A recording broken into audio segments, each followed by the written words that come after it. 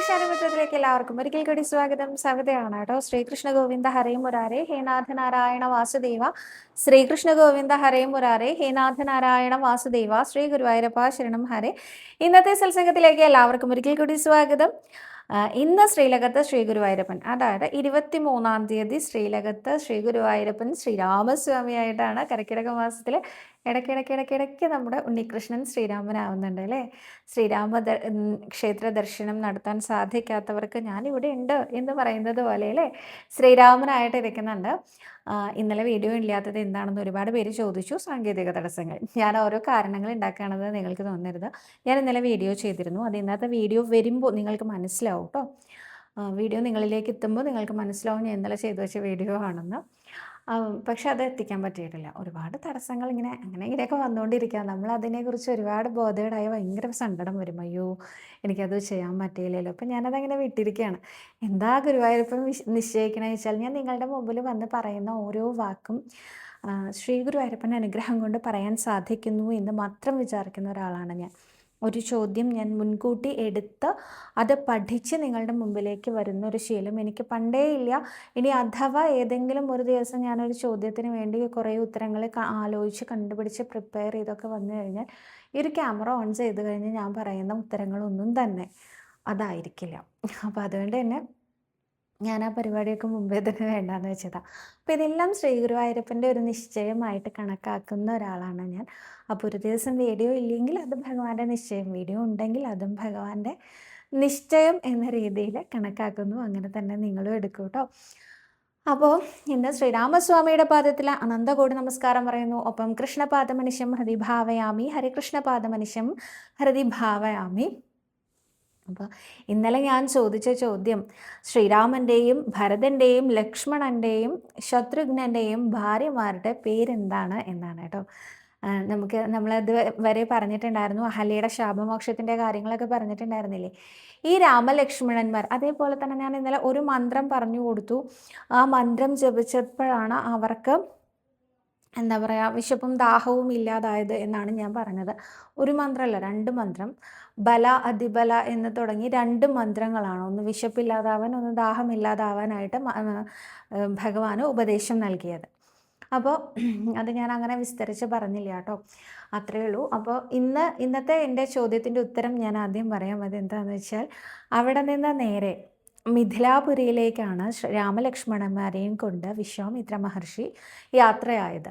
മിഥിലാപുരിയിലാണെങ്കിലോ ജനക മഹാരാജാവ് ഒരു യാഗത്തിൽ ഏർപ്പെട്ടിരിക്കുകയായിരുന്നു. അദ്ദേഹം ഈ കുമാരന്മാരെയും വിശ്വാമിത്ര മഹർഷിയെയും വേണ്ട വിധം ആദരവോടെ സ്വീകരിച്ച് ആനയിച്ചു. എന്നാൽ ശ്രീരാമനെ കണ്ട സമയത്ത് ദശരഥ മഹാരാജാവിന് വലിയ സങ്കടം ഉണ്ടായിത്രേ. എന്താ സങ്കടം എന്നറിയോ? അദ്ദേഹം ഒരു നിബന്ധന വെച്ചിട്ടുണ്ടായിരുന്നു. ആരാണോ ശിവധനുസ് എന്താ പറയുക എടുത്ത് ഉയർത്തി വില്ലു കുലയ്ക്കുന്നത് അവർക്ക് മാത്രമേ സീതാദേവിയെ വിവാഹം ചെയ്തു കൊടുക്കുള്ളൂ എന്ന്.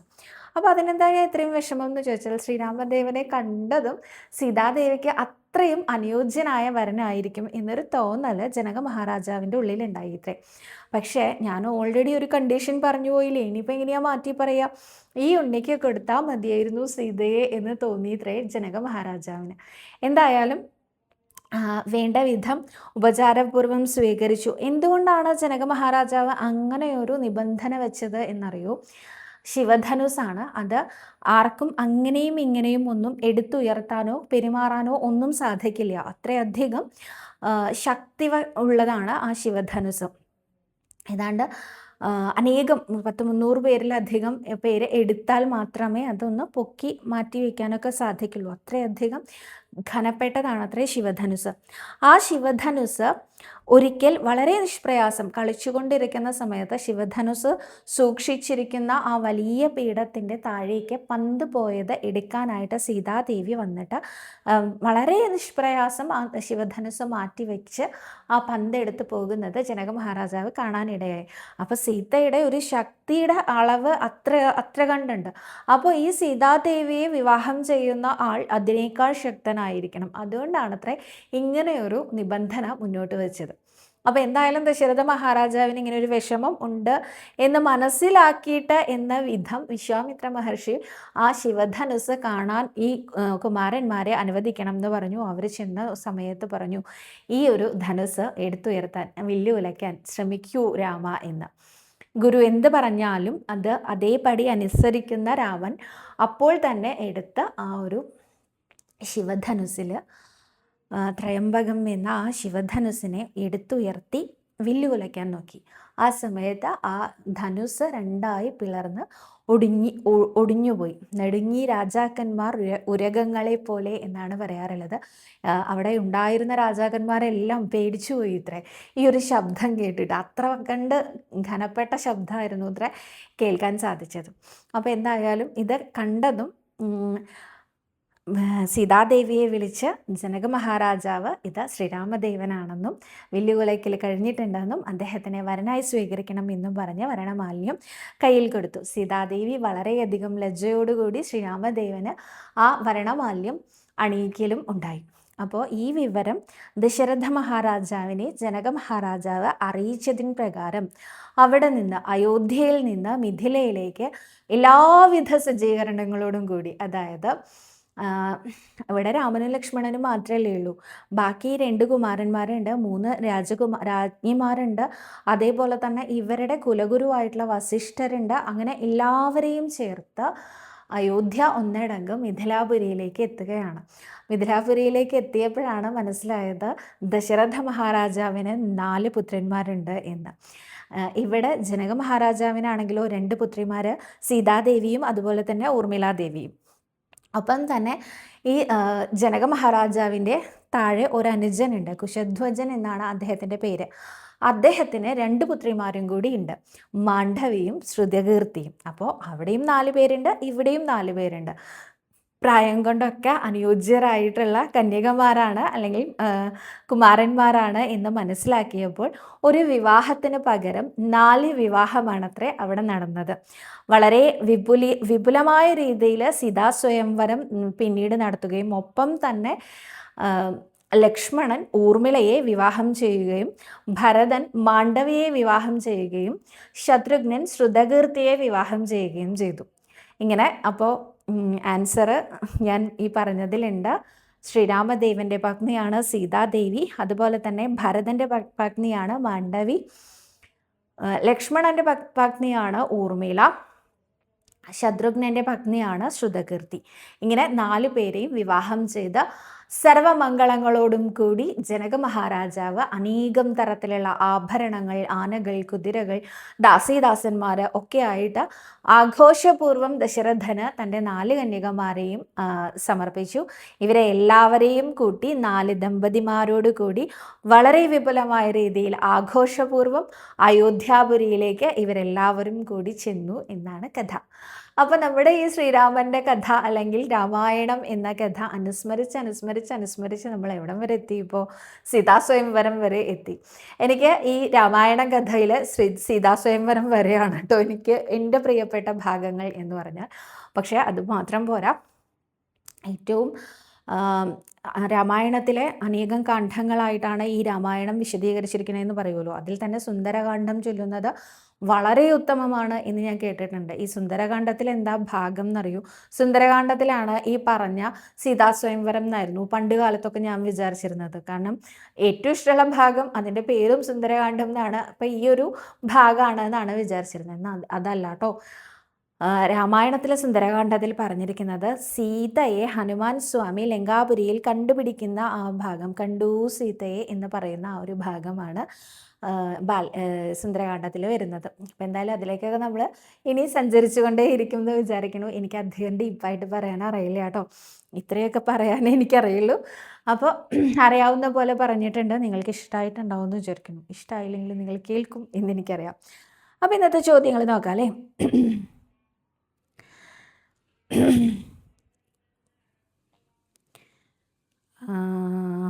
ഒരുപാട് ചോദ്യങ്ങളുണ്ട്, എവിടേക്കോ ഞാൻ വിട്ടുപോയിട്ടുണ്ട്. ഞാൻ അടുത്തത് ഒരു ഇത് വായിക്കുകയാണ് കേട്ടോ, ഒരു അനുഭവം വായിക്കുകയാണ്. വനജ എന്ന ഭക്തയുടെ അനുഭവമാണ്. ഞാനൊരു സംശയം ചോദിക്കട്ടെ എന്ന് പറഞ്ഞിട്ടാണ്. സംശയം എനിക്ക് അത്ര കഴമ്പുള്ള സംശയമായിട്ട് തോന്നിയിട്ടില്ല. പക്ഷേ ഈ അനുഭവം എനിക്ക് വളരെ ഇഷ്ടമായി. അതാണ് ഞാൻ വായിക്കുന്നത്. ഞാൻ ഭഗവാന്റെ ആടിയ എണ്ണ മുട്ടുവേദനയ്ക്കെല്ലാം തേക്കാറുണ്ട്. എനിക്ക് നല്ല കുറവുണ്ട് എൻ്റെ മുട്ടുവേദന. എപ്പോഴും തലവേദനയുണ്ട്, മൈഗ്രെയിൻ. അപ്പോൾ ഞാൻ പ്രാർത്ഥിച്ചു, ഭഗവാന്റെ എണ്ണ തേക്കാൻ തുടങ്ങി. ഇപ്പോൾ എനിക്ക് തലവേദനയും കുറവുണ്ട്. എവിടെ വേദനിച്ചാലും അപ്പോൾ ഭഗവാന്റെ എണ്ണ എടുത്ത് തേക്കും. വേദനയും നിൽക്കും. മറ്റു മരുന്നൊന്നും തേക്കില്ല. ഇപ്പോൾ എൻ്റെ തലയിലിടുന്നത് എന്നും ഭഗവാന്റെ ആടിയ എണ്ണയാണ് എന്നാണ്. ചോദ്യം മറ്റൊന്നുമല്ല, ഇങ്ങനെ സ്ഥിരമായിട്ട് ഉപയോഗിക്കാൻ പാടുമോ? ഭഗവാന് ദേഷ്യം വരും. ഭഗവാൻ എന്തിനാ ദേഷ്യം വരണേ? ഭഗവാന്റെ പ്രസാദമല്ലേ അത്. ഭക്ത സ്വീകരിക്കുന്നതിൽ എന്താ ദേഷ്യം വരാനുള്ളത്? അപ്പോൾ അതത്ര കാര്യമില്ല. എന്തായാലും ഭഗവാന് സന്തോഷമാവും. ഭഗവാന് സന്തോഷമാവുന്നല്ല, നമുക്ക് ആടിയ എണ്ണ കൊണ്ട് ഇത്രയധികം ഉപയോഗങ്ങളുണ്ട് എന്നുള്ളത് നിങ്ങൾ ഓരോരുത്തരും മനസ്സിലാക്കും കേട്ടോ. ഞാനും മനസ്സിലാക്കേണ്ടിയിരിക്കുന്നു. കാരണം ഞാൻ എൻ്റെ മുട്ട് വേദനയ്ക്കുണ്ടെന്ന് പറഞ്ഞിട്ട് ഞാൻ ഏട്ടൻ്റെ അടുത്ത് ഇങ്ങനെ പറയായിരുന്നു, മുട്ടുവേദന നല്ലോണം തുടങ്ങിയിരിക്കണു കേട്ടോ എനിക്ക് എന്നിങ്ങനെ പറഞ്ഞിട്ട് ഞാൻ നോക്കിയ കമൻറ്റ് ചെയ്തായിരുന്നു, മുട്ടുവേദനയ്ക്ക് ആടിയ എണ്ണ ഉപയോഗിക്കാൻ പറഞ്ഞിട്ട്. അപ്പോൾ ഏട്ടൻ പറഞ്ഞു, ഇതിനുള്ള ഉത്തരം കിട്ടിയില്ലേ എന്ന് ചോദിച്ചു. സത്യമാണ് കേട്ടോ. അടുത്തതായിട്ട് ഹരിപ്രീത എന്ന ഭക്തയാണ് പറഞ്ഞിരിക്കുന്നത്. നമസ്കാരം സവിത, എൻ്റെ ഒരു ആഗ്രഹം പറയട്ടെ. സവിത പല പ്രാവശ്യം ഭഗവാന്റെയും സുധാമാവിൻ്റെയും കഥ പറഞ്ഞിട്ടുണ്ട്. എന്നാലും ഒന്നുകൂടി കുചേല കഥ കേൾക്കാൻ ആഗ്രഹമുണ്ട്. സവിത പറയുമ്പോൾ ഒരു ധൈര്യമാണ് കേട്ടിരിക്കാൻ. സവിതയുടെ വാക്കുകൾ കേൾക്കുമ്പോൾ പ്രശ്നങ്ങൾ ഉണ്ടെങ്കിലും വീഴില്ല എന്നൊരു ഉറപ്പ് മനസ്സിൽ തോന്നും. കടബാധ്യതയിൽ പെട്ടുപോകുന്നവർക്ക് ജീവിതം തന്നെ മതിയാക്കാം എന്ന് തോന്നിയ നിമിഷങ്ങൾ ഉണ്ടാകാറുണ്ട്.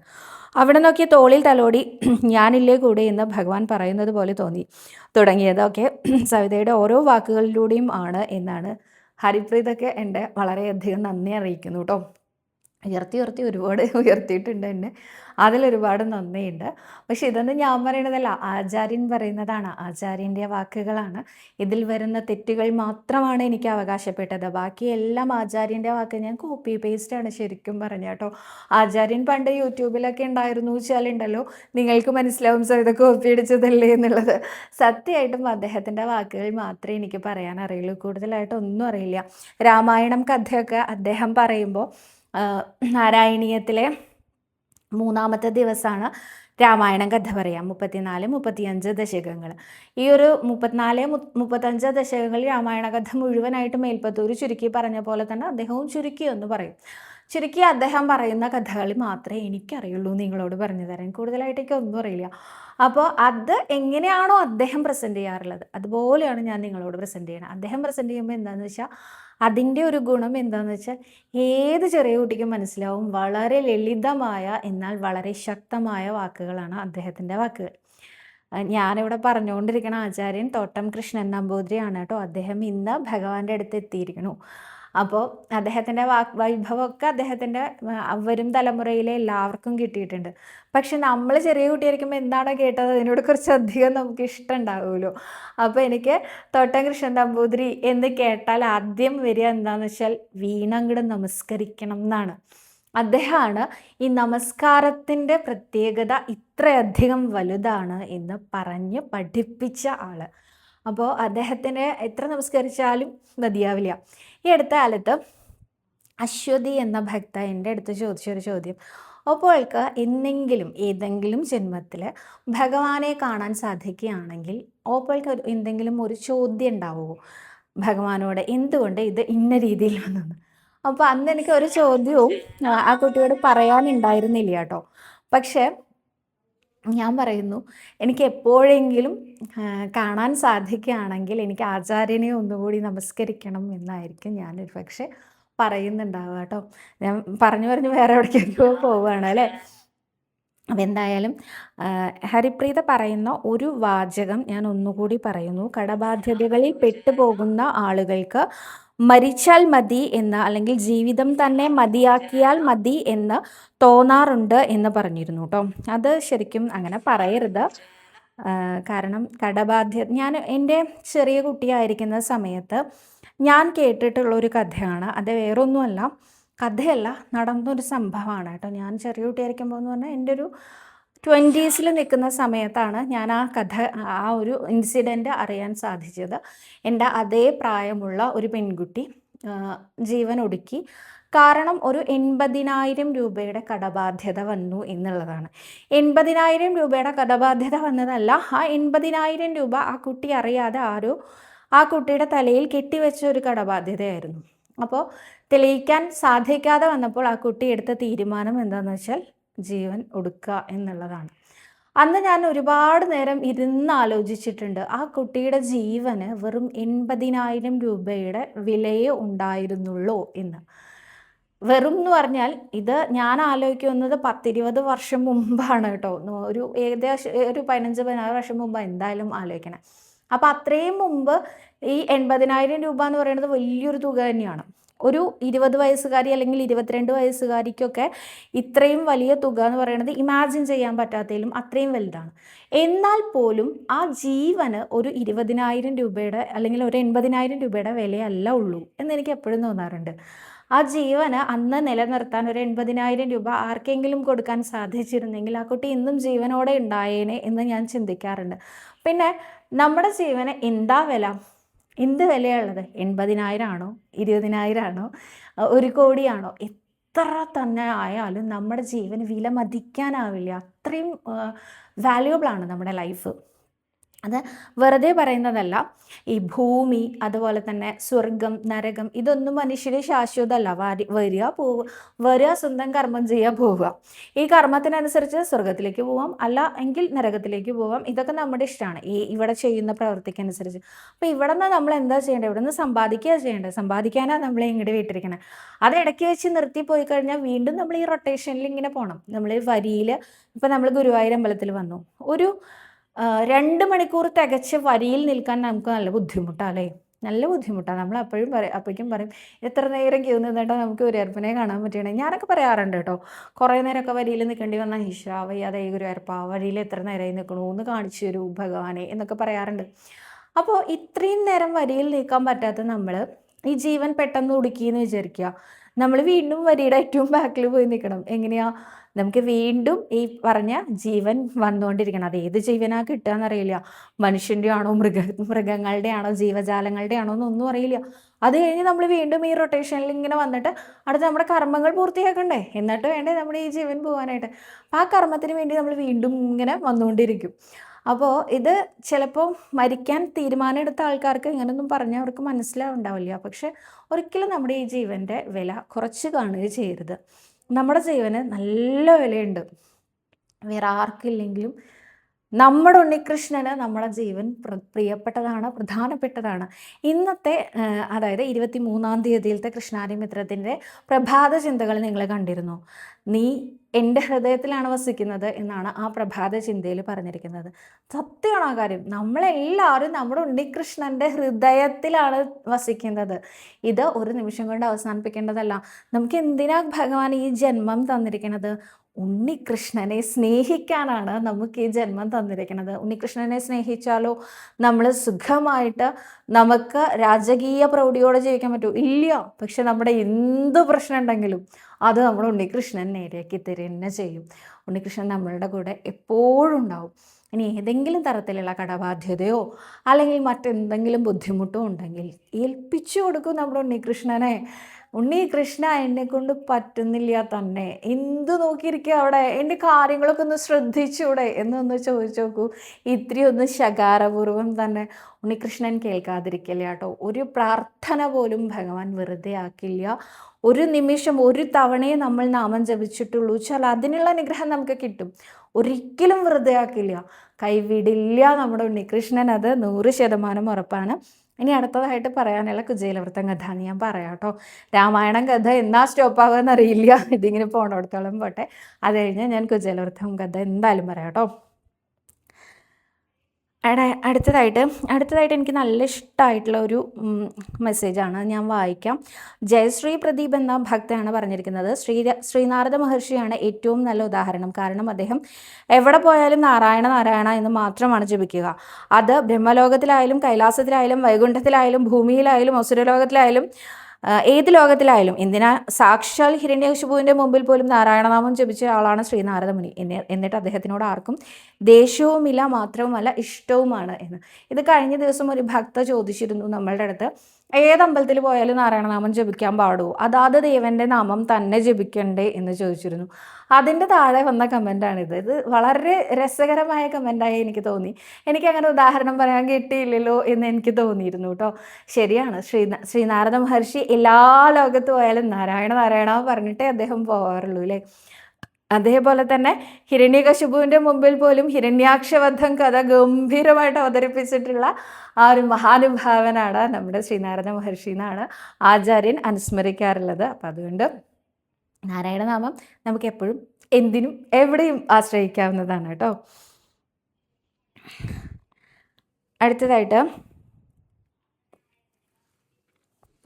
ഒരനുഭവമാണ് കേട്ടോ. എനിക്ക് പറയാനുള്ളത് ഒരനുഭവമാണ്.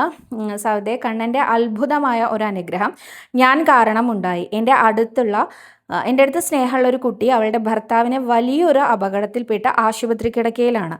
ഡോക്ടർ കൈവിട്ട് 2 മാസം കണ്ണുപോലും തുറക്കാതെ ഒരു ജീവച്ഛവമായി കിടക്കുന്നു എന്നറിഞ്ഞ് വല്ലാത്ത വിഷമമായിരുന്നു. ഞാൻ അവളെ ആശ്വസിപ്പിച്ചത്, മോൾ ഒന്നുകൊണ്ടും വിഷമിക്കണ്ട, കണ്ണനെ മുറുകെ പിടിച്ചോളൂ, ആര് വിട്ടാലും കണ്ണൻ വിടില്ല, തിരികെ തരും, രാധേശ്യാം എന്ന് തലയിലും നെറ്റിയിലും എഴുതി കണ്ണനെ വിളിച്ചോളൂ, എന്തായാലും അതിനുള്ള മാറ്റമുണ്ടാകും. തലച്ചോറിൽ വെള്ളം കെട്ടിക്കിടക്കുകയായിരുന്നു. അങ്ങനെ പറഞ്ഞപ്പോൾ കണ്ണന് തീർത്ഥം കൊണ്ട് തുലാഭാരം നടത്താമെന്ന് പ്രാർത്ഥിക്കാനും പറഞ്ഞിരുന്നു. അതിനുശേഷം കണ്ണു തുറന്നു എന്നും അവളെ തിരിച്ചറിഞ്ഞു എന്നും പറഞ്ഞു. എനിക്ക് സഹിക്കാൻ കഴിഞ്ഞില്ല. എൻ്റെ കണ്ണനോട് ഉള്ള വിശ്വാസമായിരുന്നു.